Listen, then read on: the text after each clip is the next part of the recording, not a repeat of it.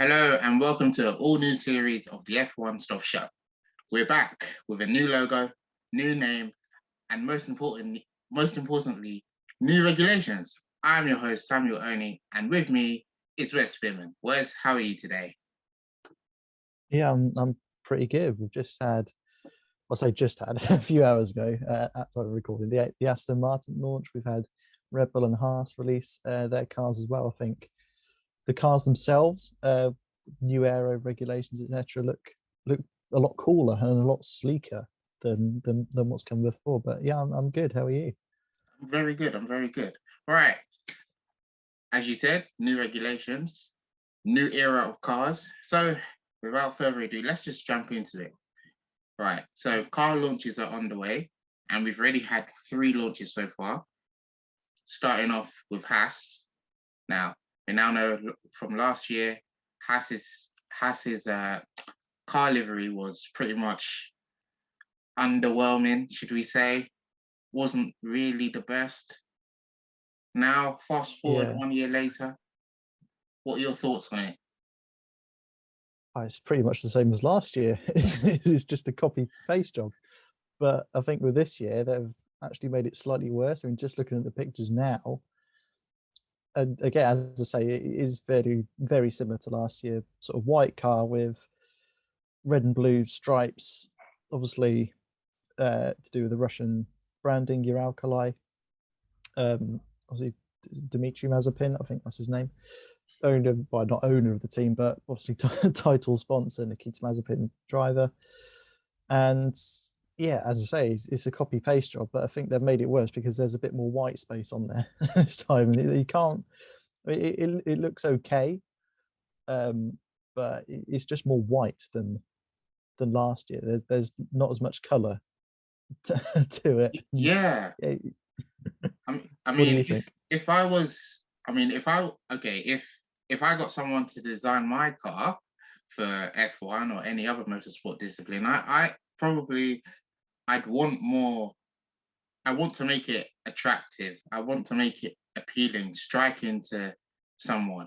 Like, I want to impress you with a product that I have. And if I just show you my car and it's just red, white, and blue, and there's a lot of white, especially towards like the back of the car, it's not going to be very appealing, is it? So yeah, Haas's car is okay. Again, it's pretty much like last year's one.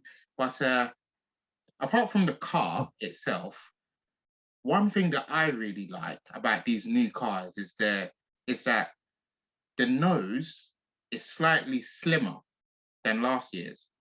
Have you noticed that? To be honest, I haven't. Although one thing I did notice, and I'm sure we'll get onto it in just a minute when we talk about Red Bull, is that previously, I think last year, Red Bull had like a hole in the nose as a bit of aero. They don't have that this year. Whether that's sort of cut out as part of the regulation, you're not allowed that anymore. It's probably the case. I can't see why they wouldn't do it unless it had a significant impact on, or a significant negative impact on the aero. But yeah, as you say, the cars, they just look, forget the paint jobs and the liveries, they just look cooler. They just look, they're more attractive than I mean, yeah, there have been attractive cars before. I mean, old McLarens, I remember old Lotuses, etc., or Ferraris. But compared to what we've seen in the turbo hybrid era, and certainly thinking back to, I think 2013 and 2014, I think in 13 you had the sort of almost like step on the nose, if you like, and then in 2014 you had these ridiculous tube things at the front of the car. Yeah. I don't get what they were for, but yeah, they look a lot sleeker, they look a lot smoother, and just a whole lot nicer to look at, more attractive, as I've said before. But yeah, Haas haven't, well, yeah, copy paste, saves the designer, and maybe they don't have a designer. They just said, yeah, that looks good on the old car, let's put it back on this one. Although one thing I did like about the old car is that the driver numbers, they were in a sort of a black circle, or not black circle, but a white circle with a sort of black outline. So that had quite a retro look, which I did quite like. And they've got rid of that this year. They've just put the number sort of within the stripes on the side of the car, quite small as well. So it's not going to be too easy to see who's actually driving the car. Is it Mazepin? Is it Schumacher? I mean, other teams have done that as well, from from what I've seen so far. But actually looking at Aston Martin is quite big. You can see the 18 of Lance Stroll quite prominent on the side. And the same with the number 1 for Max Verstappen, of course, new this year. But yeah, we'll get onto that in a second, I think. Yeah, and so that was the Haas car, the VF22 as it is. So just lastly before we move on to Red Bull, the partnership still the same. Nikita Mazepin, Mick Schumacher. Do you think they're gonna improve? What do you think? What do you think will be expected of them this season? Then maybe further up the grid. Wow, you'd like to think so, wouldn't you? 18. Well, yeah, maybe crawling out of the bottom 2 places on the grid. But yeah, I think if they can even just qualify like a place or 2 higher, if they can out qualify a Williams and Alfa Romeo, or outscore them even, if they get a point, I think that would be a huge improvement for Haas. Even if they outperform, as I say, the likes of Williams, Alfa Romeo, again, that would be a huge improvement given where they were last year. And yes, they did say that they weren't going to focus on last year's car; they were putting all their effort into this year's car. So one would hope that that development would pay off, and hopefully, I mean, going back a few years ago now, Haas have been in F1 for, I think it's their 6th year this year. Back in 2016, when they got, I think, 6th place in their first race in Australia, Romain Grosjean, that was a great start. And I think ever since the Rich Energy debacle went down, they've just gone further and further downhill. But yeah, hopefully these new regulations, and hopefully for Haas fans anyway, that these new regs and with the development being put into this car, that they can begin to show some signs of improvement and move back up to not necessarily the front of the grid or the middle of the grid, but just not the last 2 places really. Yeah, try to be in that battle with Williams and maybe Alfa Romeo. Yeah, so yeah, I'd say so. Yeah, the car itself, if you had to give it a rating out of 10, with 1 being, well, with 0 being the same as last year and 10 being absolutely fantastic, where would you put the Haas livery? Where would you put the new Haas car? The VF on the basis of that scale, I'd have to give it a minus because I think it's worse than last year's. But overall, as a livery, I'd probably give it maybe a 2. 2 out of 10? I was going to be generous and give it a 3, but I just don't like it that much. I think I kind of like it, but I think that's just because I like the look of the car more, not the actual livery and paint job. But yeah, I don't like how they've got rid of the sort of retro style numbers. I don't like how they've essentially minimized the sort of stripes on the side, the Russian flag, if you like. And yeah, there's too much white space. And yes, that is part due to a lack of sponsors. I think they've only got about 4, 5 or 6 sponsors, Haas. But if you not have much sponsors, then that's surely an opportunity to put some more paint on, make your car look more attractive, stand out a bit more. But yeah, Haas haven't done that. So 2 out of 10 for me. Yeah, what about you? Yeah, same here. I'd give it a 2 out of 10. Because I think the car is, well, not the car, but the color scheme. You know, I just thought if you're leaving a lot of white there, it's not very attractive. It's almost, it's not appealing. And like you said, with the numbers they haven't made it visible enough. So it'll be very hard to figure out who's who. Is this Mazepin? Is this Schumacher? So yeah, 2 out of 10 for the Haas car. And hopefully they can improve for the season. 23 races, a lot of racing. So yeah. Right, shall we move on then? Aston Martin. Red Bull up next. Oh, Red Bull then. I thought we would go chronologically. Should we go Red Bull? Yeah, let's go Red Bull. All right, Red Bull then. So, the RB18. If it's not broke, I think this is what I said last year. If it's not broken, then you don't need to fix it. Why fix something if it's not broken? Is that how you describe the Red Bull car this year? Probably, yeah. I mean, I know we said a cut and paste job for Haas, but it's sort of a cut and paste job for for Red Bull as well this year, except a slight change of sponsorship on the side. They got Oracle on the side rather than the Red Bull on the side. Yeah, I think the Red Bull livery on this new car, it just looks even better than the old car. I can't quite explain it really, but it just looks just a little bit better than what it was last year. And yeah, as you said, it promotes their brand pretty much perfectly. I don't think you could ask any more from what Red Bull have done. I mean, yeah, they've sort of teased us in the past with like testing liveries and a blue and white sort of color scheme, but none of that this year. They've just gone straight in, shown us some renders of the car, and I think it's pretty much what everyone expected. Really, just not many changes at all. And yeah, as I say, it looks pretty good. And I know I criticised Haas for being a cut and paste job, but Red Bull, I don't think they've got much opportunity to divert from their previous designs. I don't think they need to. And yeah, as I say, it promotes their brand very nicely, which is, I suppose, the main job that Red Bull wants to do. They want to show, because at the end of the day, they are an energy drinks company, so they want their name to be plastered all over the car. And yeah, they've done that really well, I think. Yeah, and so, well, with the car itself now, a title challenger, the constructors championship. I don't want to get too far ahead, but do you think Red Bull now second in the constructors? Yeah. Do you think they now have the car to go for that constructors title? Yeah, potentially. We'll have to wait and see what testing comes up with, because these cars are completely untested. Yeah, they've done simulations and such in wind tunnels and stuff like that, but until we actually get these cars onto a track, I think there's some sort of unofficial test in Spain before an official test in Bahrain before the season starts. So once we see what the lap times are like, whether, as you mentioned with Haas, whether they've made any improvement on last year, whether Red Bull have again improved. I mean, all the teams will of course be looking to improve, but I think it's just a case of no one really knows what's going to happen this year in terms of new era regs and such. But yeah, hopefully Red Bull can, or I just hope they won't lose performance. And I hope any of the teams won't lose performance.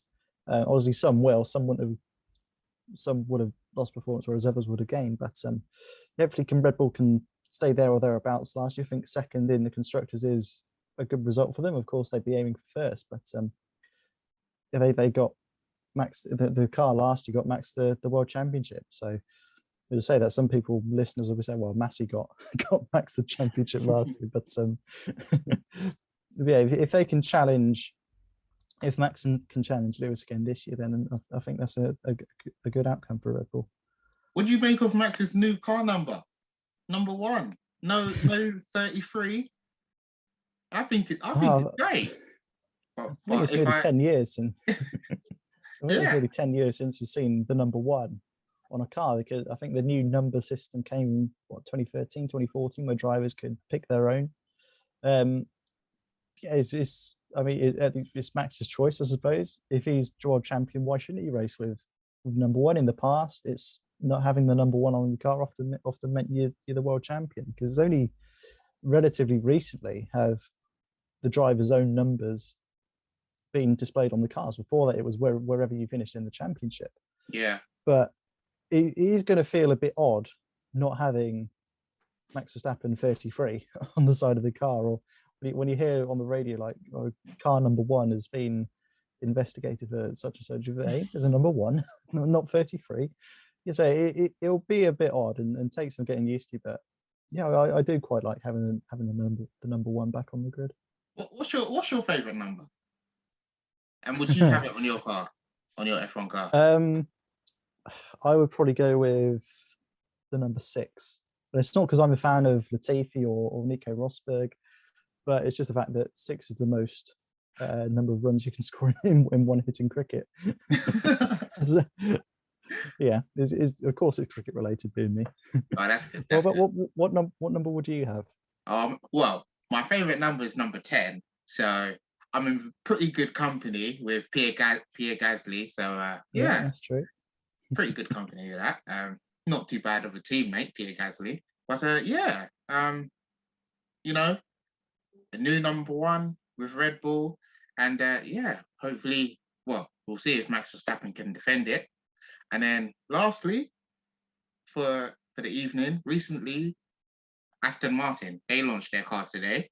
And I must say, whew, I thought this car, Oh, no. when I saw this car, I thought, wow, this car is very clean, very, not elegant, but I wouldn't describe it as elegant, but I think very beast-like.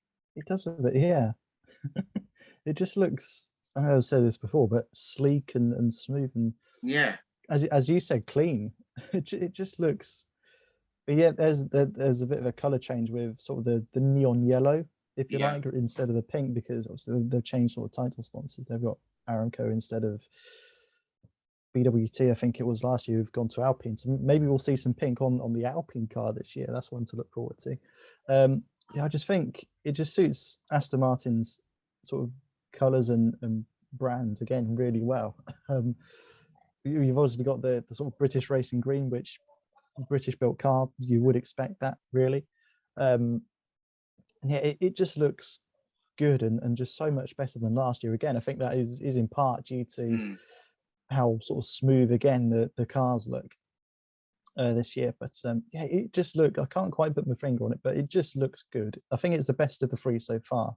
And So, I like the green color scheme as well. It's almost darker than last year's car. I thought it's just it looks very, very mean, very like a dark horse type, maybe. I think it's those sort of vents on the side pods, on the top of those side pods. Is sort of, it gives off shark vibes. Yeah, if it you does. like. It does, doesn't it? Yeah, I like it. It's The great. Aston Martin shark. Yeah. So like, I mean, when all the cars, have their launches and you see them on the grid, the question that everyone will be asking is, which one looks most appealing? Which one looks striking? And I wouldn't be surprised if a lot of people said Aston Martin. Like, just looking at the car, it just looks, yeah, I like it very much. Probably the best of the three, I as you think said. it helps that they're the only sort of green team on the grid, because there's quite a lot of blues. There's a couple of whites, but Aston Martin are the only green team. So yeah, that does help them stand out a bit more. Yeah, again, I just really like it, and again, hopefully we'll see some improvement from them. Last year finished 7th in the constructors last year, down from 4th I think it was before with Racing Point. So again, hopefully we'll see some improvement this year from Aston Martin. What do you make of the wheel, the tires of these cars for this year? Because they're huge, aren't they? Yeah. 18 inches. I think they're 18 inches up from, I can't remember what they were before, even 13, was it? 14, 16? I'm just throwing numbers out. I don't really know. Yeah, it'll be interesting to see how they deal on like the street circuit, like Monaco and the castle section in Azerbaijan. I don't think the cars are any wider than last year, but whether that will give them more grip, I've got no idea. I'm not an expert in engineering or tires. Yeah, I do quite like the new, not necessarily sort of closed style of, I don't really know what you call them, the hubs. I don't really know. Oh, set off on an Alexa, I think. I don't know if the microphone picked that up, but yeah, I do quite like it. And again, I think these new regulations, yeah, they're meant to improve racing, but I think they've improved the look of the cars as well. Yeah. And yeah, I think the black sort of, I'm just going to call them hubs for the sake of it. I don't know their actual name. Yeah, the black hubs on the Aston Martin, I don't know what it is, but it just looks good. It just looks cool. Yeah. It looks really good. If I was giving it a rating out of 10, 7 out of 10. I'll potentially go a bit. I might give it an 8. We'll have to wait and see until all the other teams. Then we'll be wow, actually, McLaren or Alpine or whatever is so much better than Aston Martin. But for now, I'm going to give it an 8. 8 out of 10. Yeah. 7 out of 10. I thought the color scheme was just really good. I like how it's darker almost than last year's car. yeah, the color scheme works well. The hint of yellow, yeah, just everything about it, you know, looks very clean. That's it. That's how I would describe it. So upcoming upcoming launches over the next few days up until Monday. We have McLaren, who are launching tomorrow, and then AlphaTauri on Monday, I believe. Let's talk about McLaren. Right. I know McLaren is your team. So why don't you kick us off then with McLaren then? What's going on with McLaren? Well, they released, I think, some sort of Lego thing, which I think was more based off last year's car than this year's. But I mean, if it is based on this year's car, then we'll be in for something fairly similar to what came before. Orange, a bit of blue, maybe some black on there as well. I won't expect McLaren to change much. I think the sort of papaya orange is the thing they're sticking with now. And yeah, I obviously like that color. Again, another one that stands out a bit on the grid, the only sort of bright orange car you get on an F1 grid. Yeah, I mean, if they can make a few changes and good changes, then want to like put some green or stuff like that, something that clashes with the orange. I think the orange and sort of metallic navy blue sort of stuff, I think works really well. Yeah, I'm looking forward to see what they reveal tomorrow, the 11th of February. And yeah, hopefully, again, they can provide a similar standard of car as we saw last year. They did really well last year in McLaren, and hopefully, again, they can be pushing 4 race wins like they were at times in Monaco and Monza, and I think there was another race where we got on the podium as well. So again, more of the same from McLaren is what I'm hoping for. So yeah, more orange and blue, perhaps, or do you think we're going to have another? Do you think they're going to swap the blue out for something else to go with the orange? Maybe black or white? Maybe. I don't think those colours would go. I quite like the black, sort of more on the sides and down the bottom, which I think they had a bit last year. But yeah, I do quite like the sort of blue on the sort of the airbox thing, the air intake thing. I do quite like, but yeah, the orange and blue I think works really well, and I don't think McLaren will be straying too far away from that. So, Lando Norris earlier this week signed a new contract with McLaren up until 2025. How important is that for McLaren and Lando Norris fans as well? I think it's hugely important. It is huge. 4 years, I think it is essentially, which is a long time. I mean, a lot of F1 drivers don't have a career that lasts 4 years. Yeah, he's still young as well. He's only 22 years old. Yeah, for him to get 4 years to be committed to a team for that long, we'll have to wait and see how McLaren fare with these new regulations. I think if McLaren drop pretty far down, like we saw with Honda, then I think Norris might be, or he could potentially activate some sort of release clause if he's got that in his contract. But yeah, but I don't think McLaren will drop back. I think they will continue their improvement that they've shown over the last few years. And yeah, to have a driver of Lando Norris's quality, I think really helps the team. He's been with them for since he started F1 3-4 years ago now. And yeah, I just think he's going to be such a huge asset to the team. Daniel Ricciardo as well. I think those two they're one of the best driver pairings on the grid, I think, because you've got the more experienced Daniel Ricciardo, who's a top quality driver, and then the youthfulness of Norris, who again is another top quality driver as we've seen last year. So, I mean, hopefully he'll mature a bit. As we saw in Russia last year, losing out on that race win, but hopefully he's learned his lesson from that and won't do something silly like that again this year. Yeah. Right. Just lastly, so coming up, we've got McLaren tomorrow, and then next week we have AlphaTauri and also Ferrari as well. Personally, I'm Williams. So yeah, I'm looking forward to Ferrari to launch, and yeah, also, so yeah, that's it, I believe, for today. Quite a quick one, you know. A new season's beginning, a new name for the podcast, new logo, new everything. We want to bring a lot of content as much as we can. And yeah, so we hope you've enjoyed the first episode of this brand new series. And yeah, I've been your host, Samuel Oni, and it's a goodbye from me. Bye-bye. And it's a goodbye from Wes. Bye-bye. And we hope you enjoy the upcoming launches in F1.